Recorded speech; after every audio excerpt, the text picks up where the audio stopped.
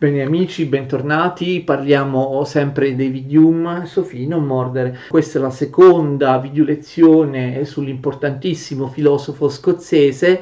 Sofì, non graffiare, per favore. Io volevo dividerla con la mia gattona, Sofì, il mio portafortuna, la mia compagna, la mia bambina. Guardate com'è bella, guardate che sguardo. Sofì, ormai hai compiuto 3 anni, non vuoi stare con me? Anche questa volta temo che non mi voglia aiutare perché scalpita, graffia e morde. Ti faccio andare via, Sofì. Seconda lezione sul grande empirista scozzese David Hume. Dopo la prima lezione dedicata alla sua vita, alle sue opere, adesso procediamo con i temi di fondo, l'impostazione della filosofia di Hume e i contenuti di questa filosofia. Noi parleremo in particolare della conoscenza e della morale, sono le cose per cui Hume è più famoso ancora oggi. Non escludo però di fare lezioni anche su altre materie. Hume non è un filosofo facile da capire, ha molte sfaccettature, scrive su molti argomenti, le implicazioni della sua filosofia sono notevoli, anche i problemi, le discussioni, le questioni aperte che sono state generate dalla sua trattazione. Hume è un filosofo apparentemente semplice, si pensa è un illuminista, è uno scozzese che come gli inglesi scrivono in maniera chiara. In realtà lui scrive in maniera chiara, David Hume, le sue opere, però sono molto dense, molto lunghe, inoltre non ha scritto soltanto un'opera importante. Noi ci riferiremo, ricordate, all'opera del 39, di solito si dice l'opera fondamentale di Hume, è il trattato sulla natura umana del 1739, in realtà anche solo volendosi limitare all'argomento della conoscenza. Hume non scrive solo il trattato sulla natura umana, scriverà opere successive piuttosto lunghe e complesse in cui preciserà o cambierà molte delle sue idee rispetto al trattato sulla natura umana, considerata l'opera più importante della gnoseologia di Hume, ma in realtà è un'opera giovanile, attenzione, ce ne saranno poi altre molto più attente e precise, come ho detto nella prima lezione. Quindi già leggere tutto quello che ha scritto Hume sulla conoscenza è un'impresa ardua, lunga. Poi le opere sulla morale, ma Hume ha scritto anche delle opere eccezionali, tipicamente illuministiche, sulla religione, sulla critica ad ogni tipo di religione. Hume non era propriamente un ateo, l'abbiamo detto, ma uno scettico. Come gli scettici dell'antichità, Hume scrive delle opere importanti anche di politica,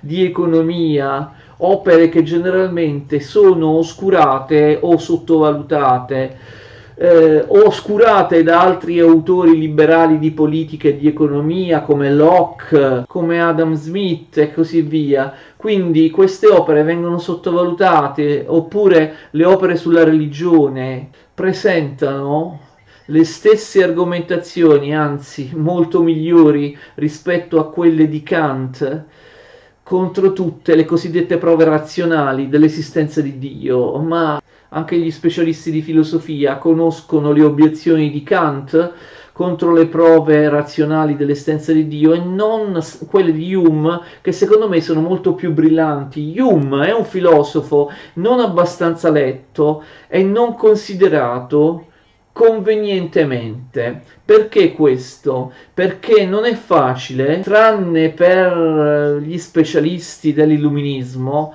per gli specialisti di una certa filosofia inglese e francese di stampo illuministico di fine 600 e del 700, non è facile collocare Hume all'interno del suo tempo e capire le origini, le fonti, le relazioni del pensiero humiano. Perché le fonti del pensiero humiano, tutto quello che dice Hume in fondo è stato anticipato da altri, attenzione, e comunque ha forti connessioni con gli autori che l'hanno influenzato. Le fonti del pensiero humiano stanno in autori molto importanti, validi, ma ingiustamente considerati minori. Spesso si dice Hume è un empirista come Locke, porta alle estreme conseguenze le teorie di Locke. Questo è vero, ma Hume non prende soltanto da Locke. Hume trova le sue fonti in autori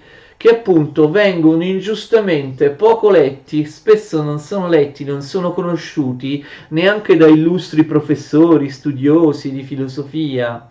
Hume sicuramente è influenzato da Locke, ma è influenzato anche da alcuni personaggi dell'illuminismo inglese, come per esempio Shaftesbury, oppure l'altro grande esponente dell'illuminismo scozzese, Hutcheson, Francis Hutcheson, un filosofo veramente importante che non si sa perché non si studia, ma anche da l'autore della favola delle api e dei relativi commentari, Bernard de Mandeville. Il problema è ricostruire la genesi, l'impostazione, le connessioni delle fonti del pensiero humeano. È un problema. Hume fa riferimento ad autori come questi che sono poco conosciuti, tranne che ovviamente dagli specialisti di illuminismo. Da Shaftesbury, Hutcheson e Mandeville, Hume per esempio prende un'idea fondamentale. Pur essendo molto diversi questi tre filosofi tra loro, hanno un'idea fondamentale che è l'idea di base di Hume, ovvero che il sentimento è più importante della ragione. Sembra strano, ma come un illuminista, David Hume, dà più importanza al sentimento che alla ragione, ma anche Rousseau ha fatto lo stesso, e Rousseau è un illuminista. Solo coloro che non sanno niente di illuminismo pensano che gli illuministi siano devoti alla ragione, schiaccino il sentimento, non lo considerino importante nella determinazione della volontà, nei costumi o nella morale umana, oppure nella genesi del processo conoscitivo. Hume mette il sentimento sia alla base dell'origine della conoscenza umana e del funzionamento della struttura della coscienza umana, sia alla base della morale. Shaftesbury, Hutcheson e Mandeville avevano fatto la stessa cosa insieme ad altri filosofi, quelli che componevano la cosiddetta scuola del common sense o del moral sense, una scuola inglese ma anche scozzese dell'illuminismo settecentesco. Shaftesbury, Hutcheson e Mandeville erano tutti filosofi illuministi che fanno questo, mettono il sentimento alla base di tutto, considerandolo più potente nei confronti dell'animo umano, nei confronti della ragione, della razionalità. Sono filosofi anche che basano tutte le loro idee proprio sull'esperienza, non l'esperienza astratta, ma l'esperienza della natura umana. Loro scandagliano ciò che veramente è la natura umana, anche se arrivano a conclusioni differenti. Questi autori, apparentemente considerati minori, in realtà straordinari, fondamentali, per Hume ma in generale per la filosofia, si basano sull'esperienza, sulla concretezza, sulla rilevazione di quella che veramente è la natura umana, anche nel momento in cui la natura umana si presenta come inquietante, come poco tranquillizzante, come negativa, come nel caso di Mandeville, che nella favola delle api e nei relativi commentari dice che la nostra società opulenta, organizzata, la società civile, dipende dai vizi, si basa sui vizi dei singoli individui. Se noi andassimo moralisticamente a schiacciare i vizi, non ci sarebbe più creazione di ricchezza, non ci sarebbe alcuna società funzionante. I vizi privati diventano pubbliche virtù, dice Mandeville. Togliete agli uomini i vizi, fatene delle persone morigerate, irreprensibili e devote, crollerebbe la società umana, la sua economia, nessuno lavorerebbe. Perché gli uomini si danno da fare? Perché lavorano? Perché vogliono ottenere soldi, vogliono poi soddisfare i loro vizi, le loro pulsioni, considerati immorali dalla società. Mandeville, ma anche altri autori, sono persone che non si fermano di fronte alla rivelazione che ciò la natura umana veramente è. E questo interessa a Hume, ciò che la natura umana veramente è da un punto di vista scientifico. Hume vuole fondare una scienza della natura umana. D'altra parte, qual è il titolo dell'opera più importante, la prima opera importante che abbiamo appena citato? Trattato sulla natura umana, una scienza, non una scienza sperimentale, ma una scienza della natura umana. Hume, anche lui fortemente condizionato dalla nuova scienza, lui ama particolarmente l'induttivismo di Bacone e il rifiuto delle generalizzazioni non basate sull'esperienza, tipico di Newton. Bacone e Newton per lui rappresentano la scienza sperimentale che per lui funziona come una grande acquisizione dell'epoca moderna. Cosa succede però? In Hume, che appartiene al Settecento, a differenza di Newton o di altri, di Cartesio, di Hobbes che appartengono al Seicento, al secolo precedente, ricordate che nel Seicento viene esaltato il metodo matematico, l'idea che la scienza della natura possa essere fondata su una generalizzazione di stampo matematico dei singoli casi osservativi per creare appunto una scienza della natura su base matematica. La tendenza non solo di Hume ma di tanti altri pensatori del Settecento, a differenza dei pensatori del Seicento, è quella di voler creare una scienza sperimentale, ma non più e non tanto una scienza sperimentale, una fisica, una scienza sperimentale dei fenomeni naturali, una scienza della natura, quanto piuttosto una scienza sperimentale della natura umana, cioè trasferire il metodo scientifico, trasferire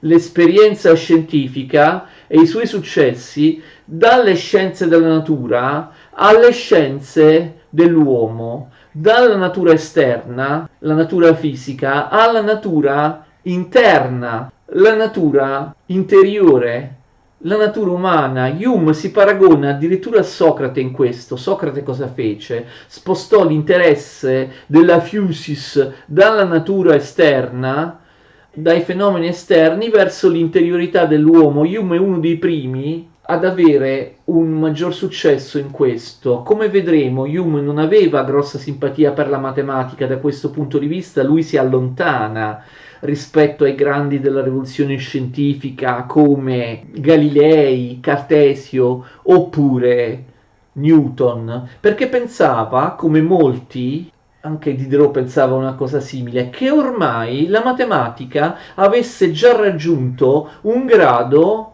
di perfezione, bisognava un po' lasciarla stare. La matematica, la fisica avevano avuto dei grandi successi e adesso si tratta di applicare la scienza a qualcosa di più impalpabile, alla biologia, alla morale, fare una scienza della morale, delle azioni umane, ma anche fare una scienza non dei corpi fisici ma degli enti biologici. La biologia diventa centrale, la morale, la scienza del vivente. Diderot, per esempio, diceva c'era un'insoddisfazione verso la matematica. Nel Settecento si diffonde, a differenza del Seicento, l'idea che la matematica e la fisica non debbano essere più le scienze centrali, anche perché si è scoperto, dal loro punto di vista ovviamente non potevano sapere quale sarebbe stato il futuro della scienza, in matematica e in fisica si erano già scoperte moltissime cose che sono sufficienti, sono bastevoli. Adesso bisogna applicare il metodo scientifico agli esseri viventi, alla psicologia, al pensiero umano, alla mente umana, alla natura umana. Diderot pronunciò una famosa profezia. Ormai, diceva Diderot, non ci sarebbero state nella storia più grandi scoperte in geometria, non ci sarebbero stati più grandi matematici o fisici, perché ormai con la gravitazione newtoniana, con la risoluzione del problema della precessione degli equinozi da parte di D'Alembert, ormai un po' tutto era stato scoperto. matematica e fisica erano state esaustive, quindi non ci sarebbero stati altri Galileo o altri Newton e così via. Matematica e fisica ormai avevano detto quel che bisognava dire, si è scoperto tutto, bisogna occuparsi di più della biologia, della psicologia, della chimica, della fisiologia, queste sono le nuove scienze a cui applicarsi in futuro. Naturalmente Diderot, come tutti quelli che fanno profezie e pensano di poter prevedere il futuro, ha sbagliato alla grande dicendo che la matematica ormai aveva già dato quel che poteva dare, la fisica classica. Comunque, Diderot, come moltissimi altri illuministi, pensano che il metodo matematico non sia adatto a fare la scienza del vivente, a fare la scienza dell'essere vivente, dell'essere umano, dell'azione umana, della fisiologia umana, eccetera. Anche perché, a differenza di Cartesio, pur essendo molto materialisti, a differenza di Cartesio, il loro materialismo, quello di Diderot per esempio, era un materialismo non meccanicistico, un materialismo vitalistico, un materialismo che vedeva nella materia qualcosa di potenzialmente sempre senziente, sempre vivente. La materia è qualcosa che si muove da sola, che messa insieme in certe configurazioni dà anche la possibilità di pensare autonomamente. Sto un po' divagando, è vero, ma questo è per farvi capire come proprio l'humus epistemologico nel Settecento stia cambiando profondamente rispetto al meccanicismo matematizzante cartesiano e non solo cartesiano del Seicento. Quindi bisogna fare una scienza della natura umana, trovare nella natura umana delle costanti, trovare nella natura umana delle leggi che appunto siano invariabili, siano costanti, delle leggi che siano uniformi, valide dappertutto, dice Hume, in tutti i tempi, in tutti i luoghi. Questo non deve valere solo per i corpi che si scontrano, per i pianeti nelle loro orbite, ma anche per le azioni umane, per la natura umana. Quindi Hume è a favore della scienza sperimentale, anche se vedremo non accetterà della scienza sperimentale la possibilità di generalizzare, di formare delle teorie generali astraendo da casi singoli, da casi osservativi. Però ciò che Hume riprende invece, attenzione, lui la chiamerà sempre scienza sperimentale, ma poi vedremo che voi direte quando vi spiegherò, ma questa non è veramente scienza sperimentale. Non si possono costruire teorie scientifiche secondo Hume, si può solo conoscere scientificamente, empiricamente ogni fenomeno particolare senza poi però poterli mettere in connessione, in relazione causale, lo vedremo. Però c'è una cosa che sicuramente Hume prende dal paradigma scientifico del suo tempo, ovvero il fatto che come nella fisica si possono dare delle leggi uniformi, eterne, invariabili, universali, anche nella conoscenza e nella morale umana è così. Cioè, come un corpo nelle stesse condizioni cade sempre con la stessa velocità di accelerazione, allo stesso modo, nelle stesse condizioni, ogni mente umana si comporta allo stesso modo. Cioè, attenzione, c'è un'uniformità, c'è una oggettività, una invarianza in tutte le menti umane. Quindi l'umanità ha qualcosa in comune quando conosce, quando valuta moralmente, quando agisce moralmente, lo fa in modo tale che tutti più o meno seguano delle leggi, delle regole invariabili, costanti, c'è qualcosa di oggettivo, c'è qualcosa in comune, c'è qualcosa di uniforme. Nell'animo umano vedremo quando si mettono insieme diverse idee, lo si fa sempre con delle costanti, che sono delle regole, le quali sono del tutto analoghe in ogni essere umano. È stato messo in evidenza da studi anche recenti che Hume connette anche le sue idee a motivi molto forti presenti in Berkeley, l'empirista immaterialista Berkeley, ma anche in Malebranche, nell'occasionalismo di Malebranche che noi abbiamo studiato. In particolare Berkeley e Malebranche erano entrambi filosofi religiosi, teisti, cristiani, pensavano che Dio intervenisse direttamente nel causare i fenomeni. Ricordate, Malebranche diceva che apparentemente le relazioni causa-effetto esistono in natura di per sé, però non è vero, perché secondo Malebranche ogni effetto in realtà è prodotto direttamente da Dio, da un intervento soprannaturale, non da una causa materiale. Berkeley addirittura pensava che la materia non esistesse realmente, esistono solo le nostre idee, le nostre percezioni di un mondo esterno che in realtà è fittizio, è creato e generato continuamente da Dio. Entrambi però avevano una cosa che a Hume piace molto, cioè negavano il principio di causalità, la relazione causa-effetto. Come farà Hume? Semplicemente che Berkeley e Malebranche la negavano perché la attribuivano a Dio, mentre Hume nega la relazione causa-effetto perché semplicemente per lui non c'è, o quantomeno non si può conoscere. Quindi capite, Hume è vicino a Berkeley e Malebranche non solo per la questione della causalità, ma anche per altri aspetti. Quindi attenzione, Hume attinge a motivi importanti della filosofia, per esempio di Malebranche, però spogliandola dalla loro intelaiatura teologica. Prendi alcune cose che gli interessano da Malebranche o da Berkeley, però togliendole da quello che è il loro guscio teologico all'interno dell'idea di questi autori.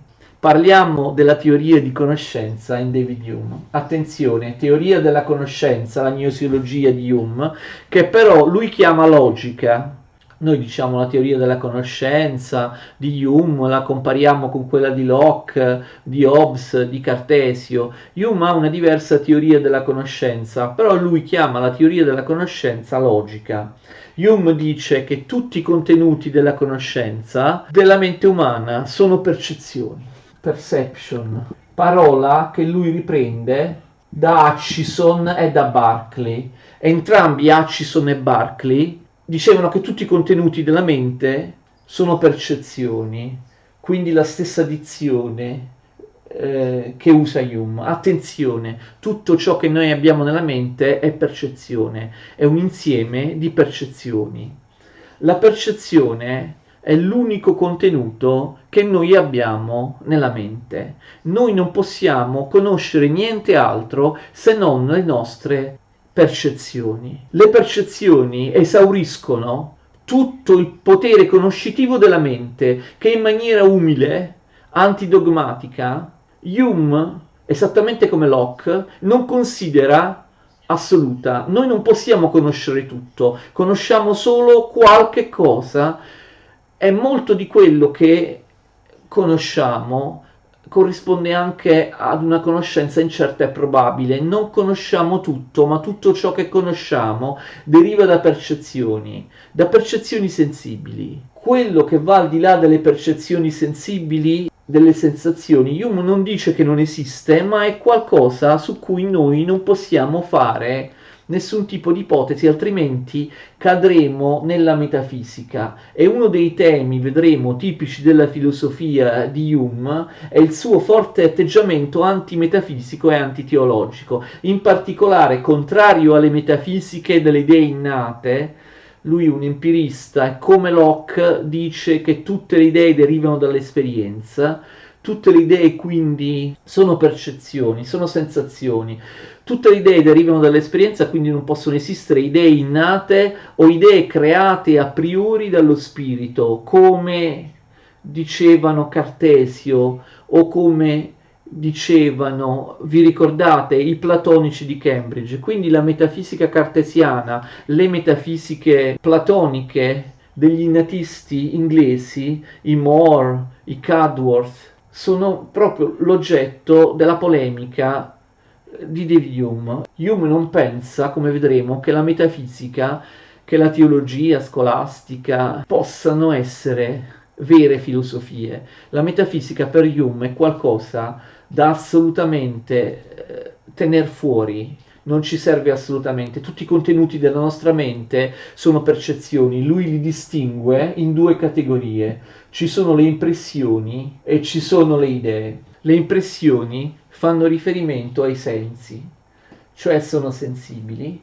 Le idee fanno riferimento alla mente, cioè a quello che lui chiama intelletto. Secondo lui la classificazione è chiara, la distinzione tra impressioni e idee è netta e secondo lui è chiaramente evidente, tanto quanto è evidente la differenza tra il sentire e il pensare. Le impressioni sono il sentire, le idee sono il pensare.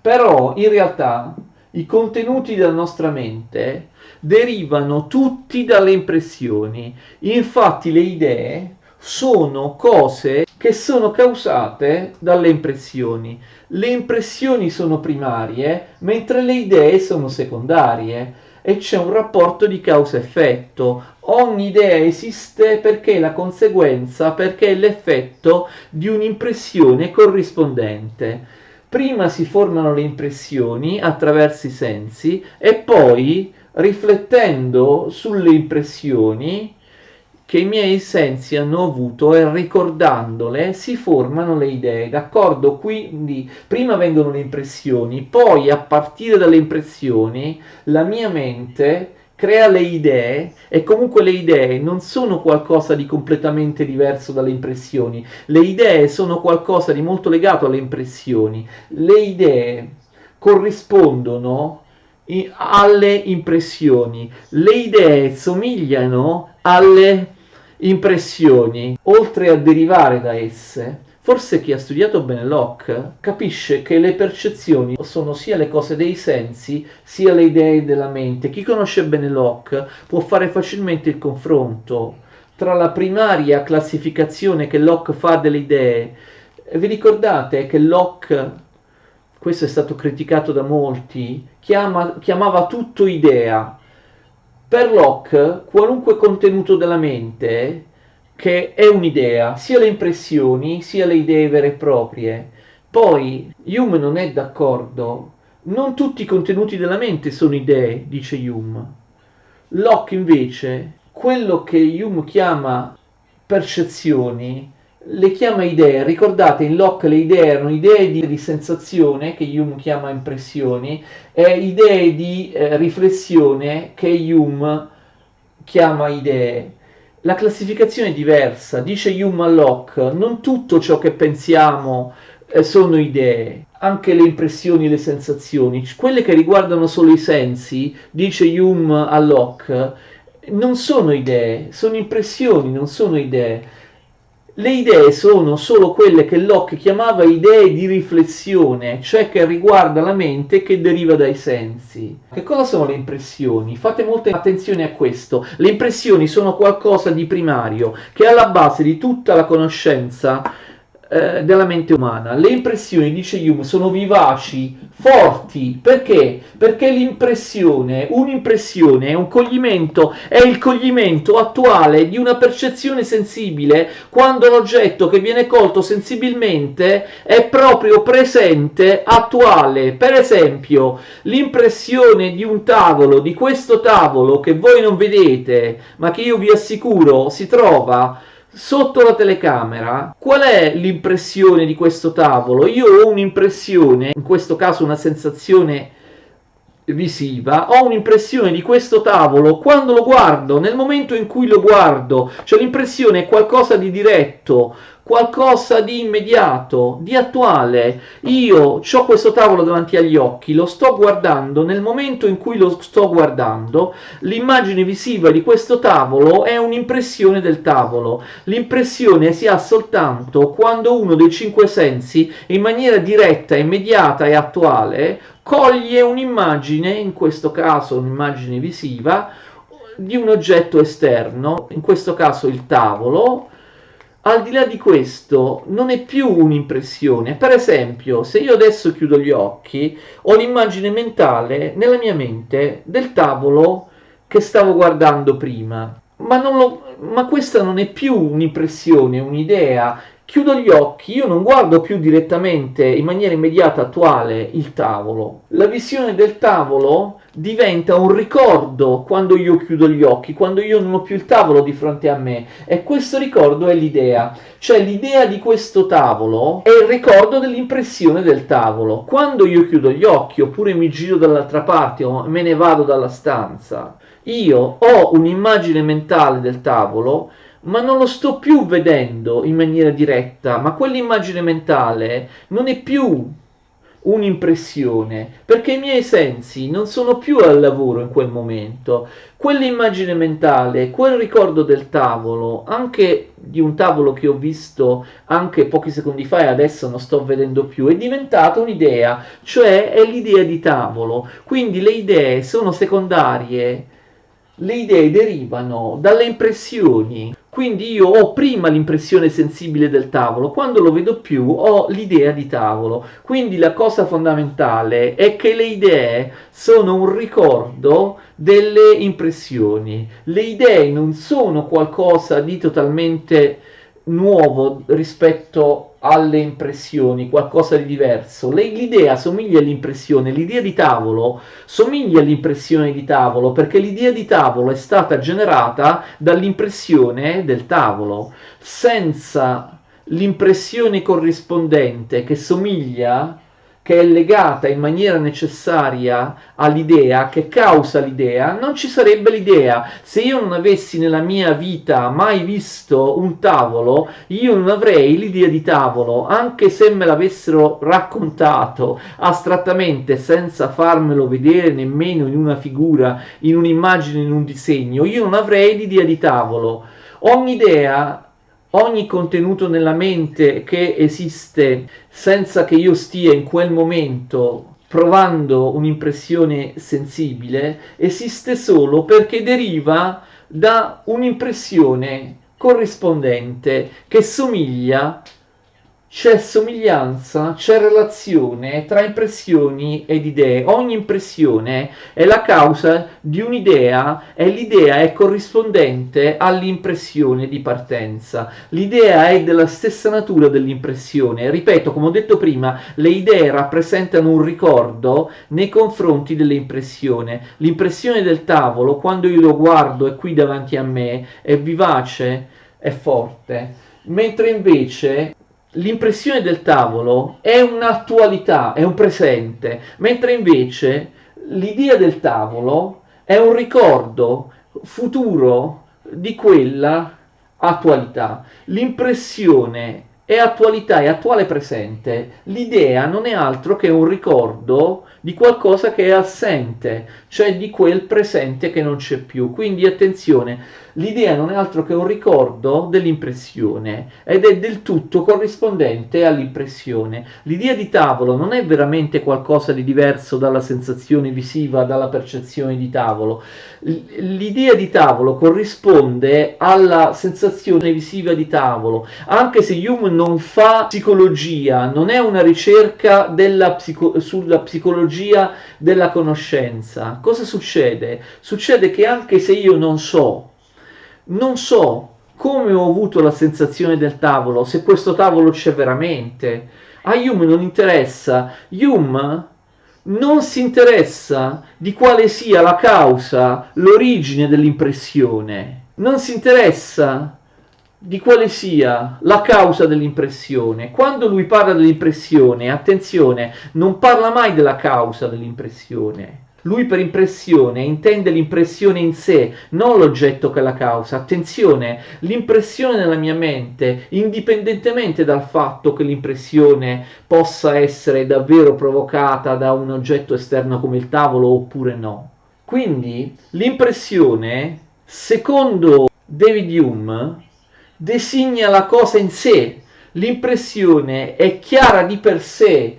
L'impressione non ha bisogno di un fondamento. Noi, l'impressione del tavolo, la prendiamo di per sé senza interrogarci su quale sia il fondamento, la base, l'origine di questa impressione.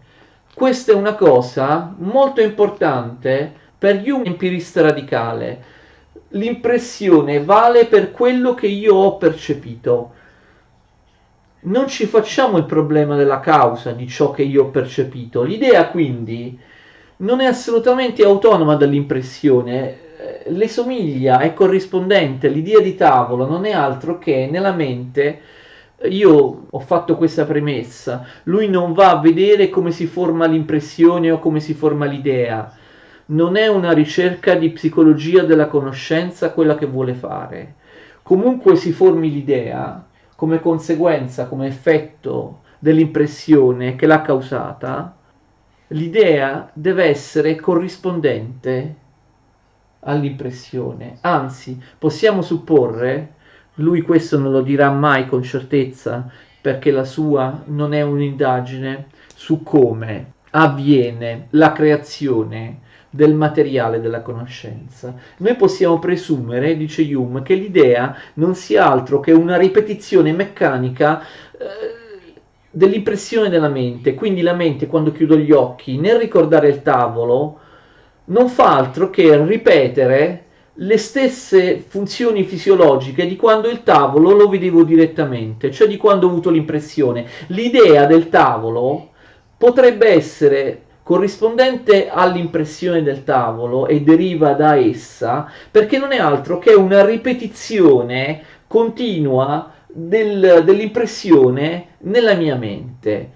L'idea del tavolo può essere considerata una ripetizione blanda, illanguidita del processo che ha dato l'impressione. Io nella mente cosa faccio? Ripeto più o meno quello che stavo facendo quando ho avuto l'impressione, soltanto che l'oggetto, l'impressione non è più presente e quindi io ripeto in maniera illanguidita ciò che mi ha causato l'impressione. Quindi l'idea è un ricordo, una ripetizione che deriva da un'impressione corrispondente. Questo ricordo è un ricordo non vivace, forte, come l'impressione corrispondente, è un ricordo pallido, debole. Le idee sono pallide, deboli rispetto alle impressioni. Le idee sono gli effetti delle impressioni corrispondenti. Le idee rispetto alle impressioni che sono vivaci e forti sono pallide, sono deboli, sono dei ricordi pallidi e deboli dell'impressione. L'impressione nel processo che porta l'impressione a diventare, a trasformarsi in un'idea, l'impressione perde di forza, è un'impressione che si è illanguidita. Questo è fondamentale. Le idee, noi abbiamo le idee quando la nostra mente riflette sull'impressione, sulle impressioni. Le idee quindi corrispondono alle impressioni. Se io, questo vale anche per le idee più astratte e generalissime, se io guardo il mare e altri oggetti e quello dico, quello è il colore azzurro, poi avrò l'idea del colore azzurro anche se non vedo niente in questo momento di azzurro, d'accordo? Quindi l'azzurro è l'idea, ma quest'idea io non la avrei se non avessi avuto l'impressione, la visione diretta del colore azzurro. Questo ovviamente ha delle implicazioni importantissime. Il materiale della conoscenza alla base è sempre l'impressione. Se io non ho una certa impressione non avrò l'idea corrispondente. Se io nella mia vita non ho mai visto nulla di azzurro non avrò mai l'idea di azzurro, non avrò mai neanche l'idea di azzurro in sé, l'idea di azzurro in generale, perché le idee generali si formano sempre dalle percezioni, dalle impressioni, dalle sensazioni, della visione di oggetti azzurri, altrimenti io non ho un'idea del colore azzurro, d'accordo? Quindi questo è importante. Facciamo un altro esempio, faccio gli stessi esempi che fa Hume. L'esempio di un'impressione che non riguarda il senso della vista, ma il senso del tatto. Quando io ho l'impressione di un dolore, mi sono ferito. L'impressione del dolore, quando io il dolore lo sento, è presente in me, è attuale, io sto sentendo dolore, questa impressione diretta, il dolore diretto. Pensate invece all'idea di quel dolore che ho avuto, quando il dolore io non lo sento più, quindi ho solo il ricordo del dolore. Ora rispondetemi, che cosa è più forte, pregnante, il dolore quando lo sento, oppure il ricordo di quel dolore quando quel dolore è passato, non c'è più? Ovviamente l'impressione è la sensazione che è forte e vivace, il ricordo del dolore quando il dolore non c'è più. È un ricordo ovviamente illanguidito, un ricordo più blando, un ricordo assolutamente approssimativo, non preciso. Quest'idea, la derivazione delle idee dalle impressioni, permette di risolvere anche tanti altri problemi, secondo Hume, che riguardano le controversie sulle idee. Per esempio, se un'idea è oscura, confusa, non è chiara, per capirla meglio bisogna andare all'impressione corrispondente, perché noi sappiamo che dall'impressione viene creata un'idea. Quindi se un'idea è oscura, non la capisco bene, per capire il significato di quell'idea devo fare riferimento all'impressione corrispondente che ha generato quell'idea. Vado a ritrovare e a ricreare quell'impressione corrispondente e allora riuscirò a chiarirmi anche l'idea, qualcosa sull'idea che è derivata dall'impressione. Quindi tutto si basa sui sensi e sulle impressioni, pur non essendo David Hume minimamente in grado di dire che cosa genera le nostre impressioni.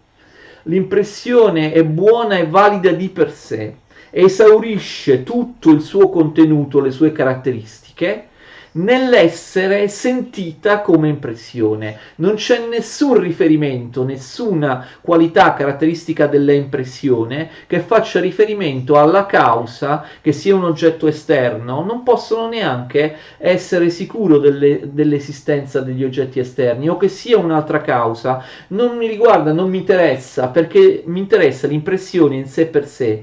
Parleremo poi anche dello scetticismo di Hume. Quindi, se qualcuno non ha avuto l'impressione che genera una certa idea, non potrà mai avere quell'idea.